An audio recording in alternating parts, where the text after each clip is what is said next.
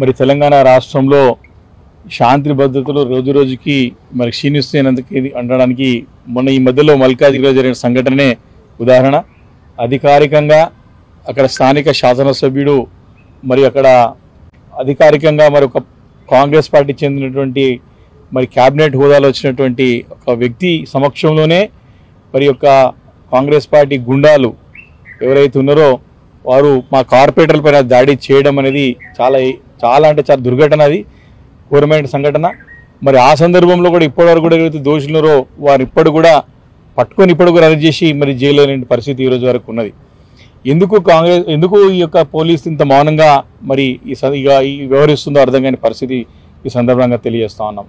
అదే సందర్భంలో మరి మా కేటీఆర్ గారు కార్పొరేటర్ గారికి అక్కడ కార్పొరేటర్లకు కానివ్వండి, స్థానికంగా ఉన్న మల్కాజ్గిరి నియోజకవర్గం ఉన్నటువంటి పార్టీ శ్రేణులకి అండగలబడాల్సిన బాధ్యత వారిపైన. తప్పకుండా వారికి వెళ్ళి అండగా నిలిచి ధైర్యంగా ఇచ్చి పార్టీ మీ ఎంబడి ఉంటుందని చెప్పేసి కార్పొరేటర్లకి ధైర్యాన్ని ఇస్తే మళ్ళీ గౌరవ మా యొక్క పార్టీ కార్యనిర్వాహక అధ్యక్షులు కేటీఆర్ గారి పైన లేనిపోని నిందను మోపడమే కాకుండా దుర్భుషలాడి, బదారు భాష మాట్లాడి, దిగజారి మాట్లాడి, అవమానకరంగా మాట్లాడి, సరే రాజకీయంగా ఎన్ని మాటలు మాట్లాడినా మరి పార్టీ కార్యకర్తలు కానివ్వండి, సమాజం కానీ దాన్ని వహిస్తుంది, ఒప్పుకుంటుంది. కానీ బదారు భాష, అనరాని భాష, లేనిపోని నిందను బట్టగాల్చి పీల్చేసే ప్రయత్నం చేసి వారు మా పైన ఆరోపణ చేసినప్పుడు తప్పకుండా మా పైన బాధ్యత ఉంటుంది.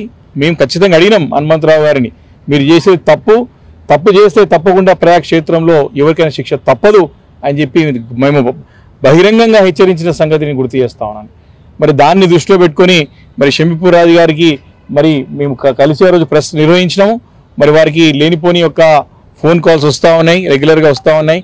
ఆ విషయమై మరి ఈరోజు సిపి గారిని, commissioner of police of Cyberabad మరి మోహంతి గారిని కలిసి ఈ విషయం తెలియజేయడం జరిగింది. ఇది మొదటిసారి కాదు, అనేక సందర్భాల్లో అయినది కాబట్టి మరి దీనిపై తక్షణం చర్య తీసుకోవాలా, ఇలాంటి సంఘటనలు మళ్ళీ పునరావృతం కాకుండా చూసుకోవాలని చెప్పి కూడా వారికి చెప్పడం జరిగింది. వారు హామీ ఇవ్వడం జరిగింది, తప్పకుండా ఎలాంటి ఇబ్బందులు లేకుండా చూస్తాను, దీనిపైన కేసు రిజిస్టర్ చేసి ఇన్వెస్టిగేట్ చేసి ఎవరి దోషులు తప్పకుండా వారిని శిక్షించే విధంగా తనంతు బాధ్యత చేస్తానని చెప్పి వారు మాట ఇవ్వడం జరిగింది.